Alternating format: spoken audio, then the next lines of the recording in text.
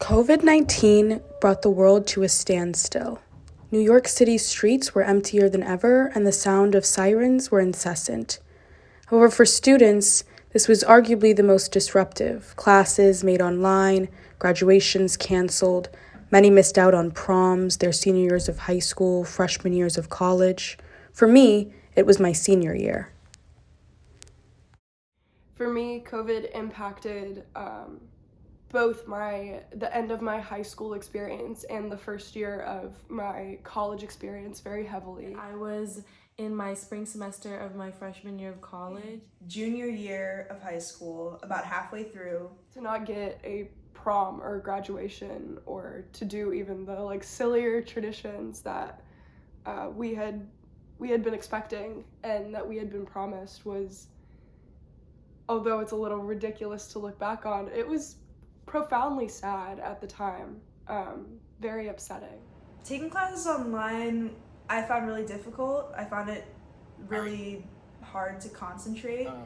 It's not necessarily. And I also did feel pretty lonely and like a sense of isolation. I just personally am not good at learning in an online setting, and doing classes online my freshman year in college, I gave up. I could not learn through screens sitting in my bed in a dorm room across the hallway from a stranger that I was living with, and not being able to socialize, not being able to fully integrate or feel welcomed into any sort of community, kind of just being alone without family, really drove me into a really deep depression, something that I'm fortunate enough to say that I haven't ever felt myself get back to.